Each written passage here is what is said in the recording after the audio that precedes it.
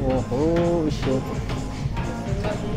Осы жақтың местные түрік азаматы. Ой, қатты қымбат қой дейді. Айына 8.000 теңге. Қуасың ба, жарыстарға шығасың ба алдағы уақытта деген сияқты сұрақтар қояды. Қатыса аласың, бірақ одан гражданство керек, ал гражданствоны 5 жылдан кейін бұл жақта ала аласың.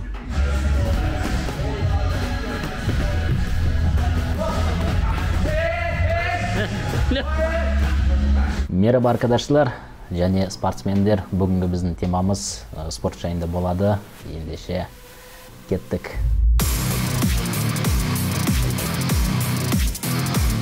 Біз Венера екеуміз Турцияға келген кезде фитнеске қатысамыз деген едік. Енді қолымыз жетіп жатыр, енді қатысайын деп жатырмыз.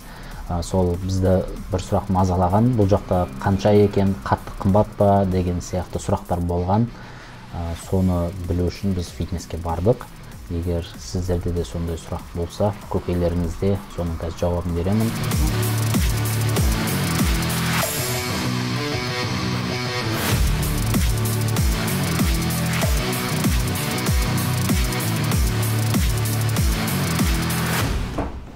Neni? Neyi? Bayan soyunma çekimi.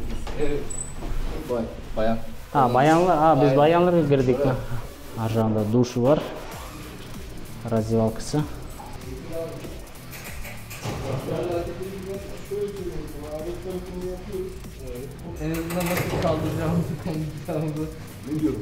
Айына 150, егер 6 айға төлесең 600, 19.200. Так, мына жақта бізде супермаркеттің ішінде үлкен не бар? Фитнес-клуб, соған келдік. İçinde sauna дейді, парилкілері, хамам турецкий, сауна бәрі бар дейді. Ішін көрейік, солай ма, солай емес па? Мұның бәрі, осының бәрі сол фитнес-клуб. Сен kaç kilosın? 68-69 oluyor ya. 68-69? Bence sen 90'sın. Yok artık ya. Artık ya. Abi böyle bir şey gelmiştik de fiyatlarınızı 6 aylık yıllık. Sauna, fitness, crossfit, buhar odası, zumba, o ne? Dance mı? Oho, işte.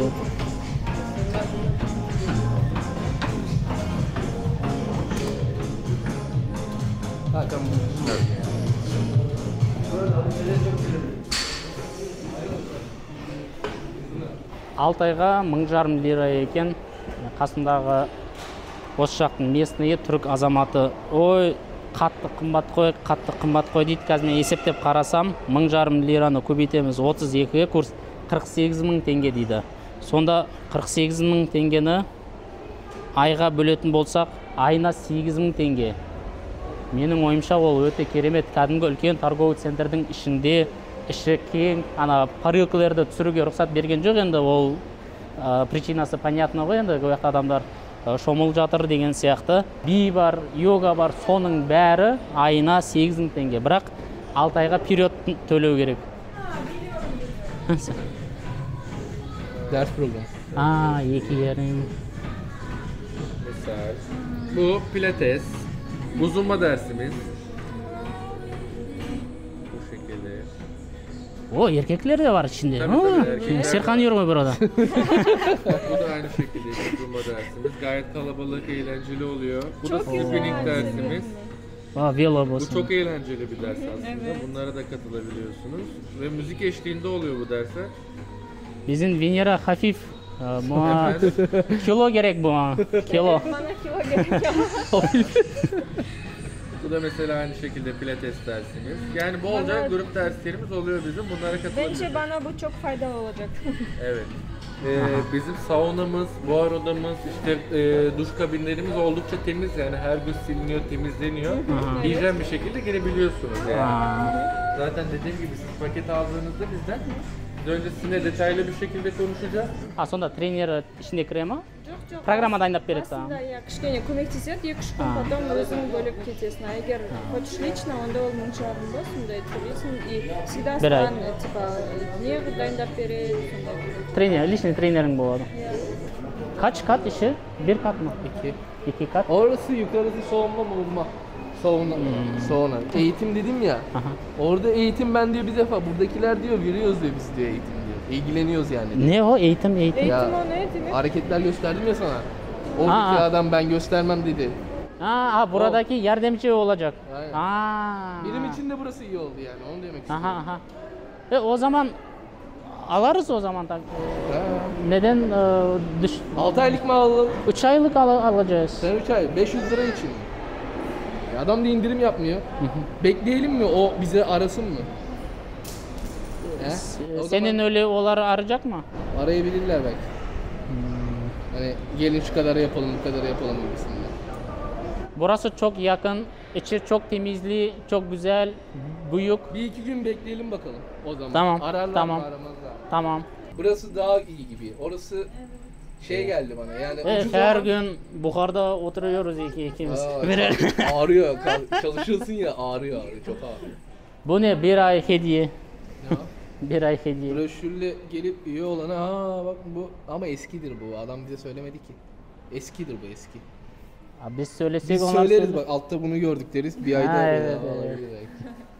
Dostlar, fitness клубтарды көрсеттім. Фитнес клуб ол біздегі общежитияда тұратын балаларға повезло. Астында тренажерный залдары бар, сол жақта заниматься етеді. И сосын барам деген адамға бокс кружоктары бар, мысалы джой-джутсу бар. Осы жерде біздің группаласымыз, тешеккерлер. Осы жерде бір группаласымыз мысалы джой-джутсуға қатысып жатыр. Осы біз оқып жатқан академияның жанында екен. Бағасы 380 лира деді ол. Теңгемен алатын болсақ, бір 12.000-13.000 теңге айына. Және бокске қатысатындар бар, қазір оны да барып көрсем сіздерге, біздің группаластар қатысып жатыр. Және ол бұның бәрі любительский, менің көзқарасым бойынша бұлардың бәрі любительский, просто ақшасын бересіз, с нуля сізге үйретеді. Ал егер сіз профессионально қатысқан болсаңыз, мысалы жарыстарға барып жүрген болсаңыз, мына жаққа келіп соны жалғастыра аласыз ба? Вот сол сұрақтың жауабын мен группаласымнан сұрауға келдім. Мен өзім профессионально ешқандай спортпен айналыспағанмын, тек любительский ғана. Мына жақта менен де сәл кәсібі жоғары жігіт. Біздің группаласымыз Ашырәлі бұл дзюдомен айналысты, не? Сәлем, микрофон. Дзюдомен енді мен саған 1-2 сұрақ бар. Мен спорттан, дзюдодан қатты хабарым жоқ, әйтеуір мектеп кезінде қатысқам. 3-4 айыма қатысқам әшейін. Сен айтшы, сенің Қазақстанда қанша жыл қатыстың? Қазақстанда 9 жыл қатыстым дзюдоға. Өзім негізінде ойым бойынша дзюдоны қуам деп ойлағам басында. До конца дзюдомен кетем деп ойлағам. Бірақ енді үйдегілер көбісі қарсы болды. Сосын жақсы оған спонсор керек болды бір жағынан. Өзіме шынымды айтсам 100% сенімді боламын да, ол жолмен кеткенде мен чемпион болам деген сияқты сенімді боламадым мен одан. Сол себептен басқа шешімге келдім енді. Бірақ сен ол жақта жарыстарға қатысып жүрдің, е? Жарыстардың баршасына қалмай Қазақстан чемпионаттарға қатысып жүрмін ол жақта. Бірақ жетістік бар ма? Түркістан облысының чемпионатын ұттым. Қазақстан чемпионатына кеттім, бірақ Қазақстан чемпионаттарында жолым болмады. Бірақ халықаралық жарыстарда жүлделі орындар алдым. Сен мына жаққа келдің, Түркияға, біз сияқты бәріміз бірге келдік, оқып жатырмыз. И сен бұл жақта тоже тастаған жоқсың, сен соны қазір өзімен бірге алып жүрсің. Сол туралы айтып берші, сен ол банағы бар жүрген спорт школаны қайдан таптың, кім кеңес берді, или өзің іздестірдің ба, қалай болды жалпы? Негізінде бұл жерде негізінде мен басында тек оқуды оқып жүрмін мен. Оқуғана көңіл бөліп жүрмін. Сосын қасымда Егедегі общага, екінші общага бар ғой біздің. Сода бір танысты, мен аэропортта таныс қалдым. Аты Әділ деген жолдас болған. Әділмен таныс қалдым. Сосын ол да дзюдоист. Айтты маған, осындай дзюдо зал табайық деген сияқты, бірге қатысайық деген сияқты айтты. Потом мен басында ол зал іздестіріп жүрді, бірақ таппай жүрді. Сосын оның өзінің ағайы бар ғой, сол өзінің ағайы арқылы жаңағы залды тапты да ол. Сосын залға барды ол, сояқтағылармен сөйлесіп келісті, сосын залға. Одан кейін барып мені жайлап тартты өзінің қасына. Ол залға сендер барып жүрген, мысалы сені Әділ шақырып отыр ғой. Мысалы мен өзім қатысқан болсам, Қазақстанда 5-6 жыл қатыстым, осы жерге келіп мен өзім барсам, олар қабылдай ма, или бір өздерінің бір талаптары бар ма? Мен жаңағы барған кезінде жолдас балам бар ғой Әділ, сол айтып қойған еді да, мен жолдас балам келеді қасында, осындай деген сияқты. Сол жерде ходжалар енді ағайлар сұрады да менен, қатысқансың ба, қанша жыл қатыстың жалпы деген сияқты сұрақтар сұрады. Типа қуасың ба, жарыстарға шығасың ба алдағы уақытта деген сияқты сұрақтар қойды. Сосын ақырында жауап бердім, мен де сондай қатысқым келеді, мен осы жерге күреске деген сияқты. Жарыстар болса күресемін мен деген сияқты. Енді сосын олар қабылдады сол жақтағы залға сосын мені. Сосын сол жерде Әділ екеуміз қазір барып жатыр енді қазір. Мені білмейсің иә? Басқа біреу келсе қабылдаймын. Бірақ басқа біреу келсе ақша бола ма, ол жағын шынымды айтсам точно білмейді екенмін да ол жағын. Сендер тегін барып жүрсіңдер? Иә, біз тегін.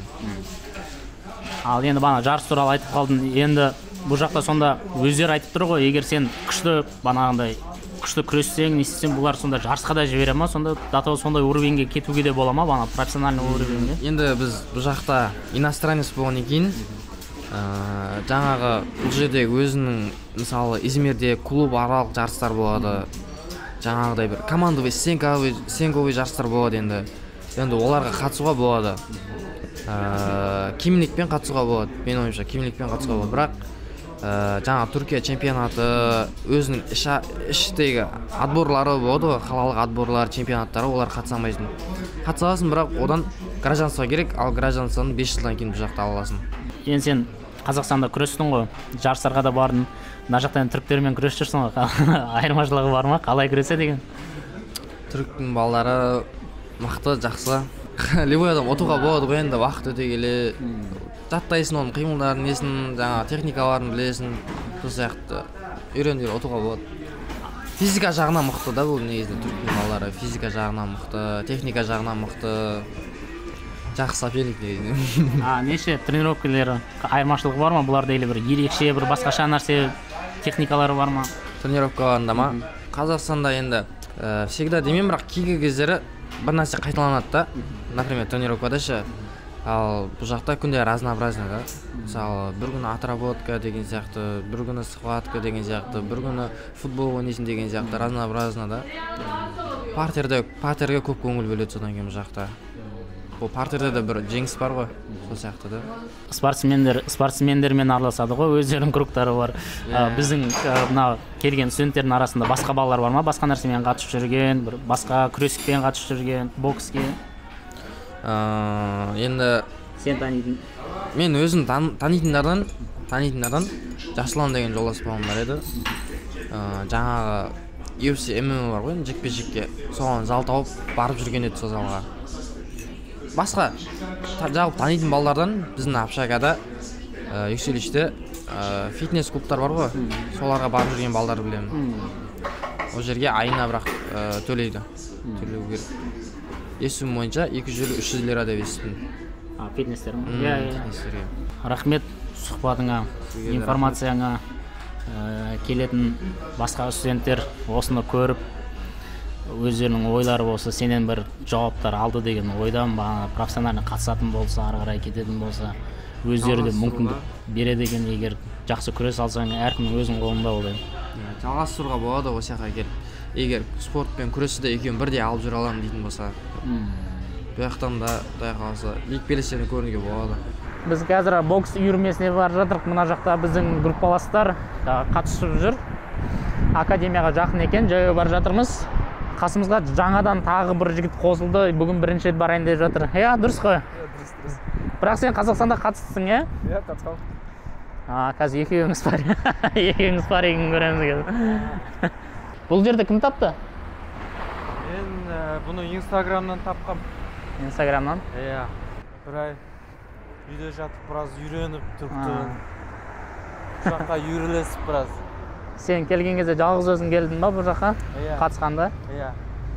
Молодец, сен қорықпайды екенсің. Түркшенің еще жақсы емес. Сразу келіп, жалғыз өзің бастап келіп.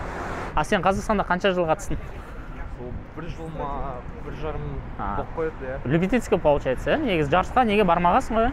Жоқ, это просто для себя. Для себя, Нест, үшінші этаж ба? Иә. Муатай ішінде көп екен, ММА? Иә, бәрі бар. Не үйретеді? Би.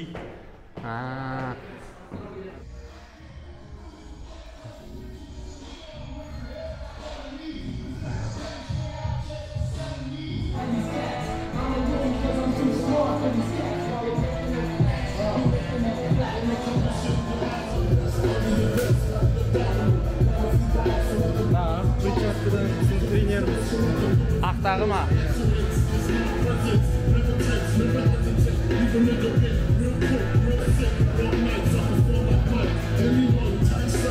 Содан еле қайтамыз ба? Аптасына 2 рет болады. Аптаның 2-ші күні және 4-ші күні. Чисто не для себя ғой, получается, сен бұдан жарысқа кетіп, ондай емесің ғой? Иә. Бірақ енді мүмкіндік болса, егер жарысқа қатысқым келеді.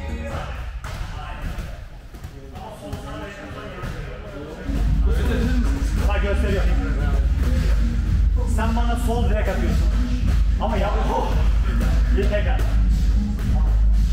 Sağa yatarak sol direkt. Tekrar. Tamam. Bir daha. Tamam. Şimdi sağ direkt. Kroşe. Sağ direkt. Atak.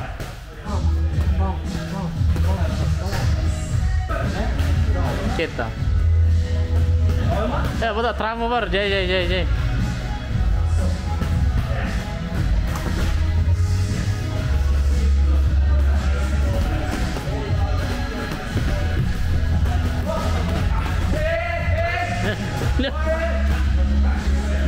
Легкий.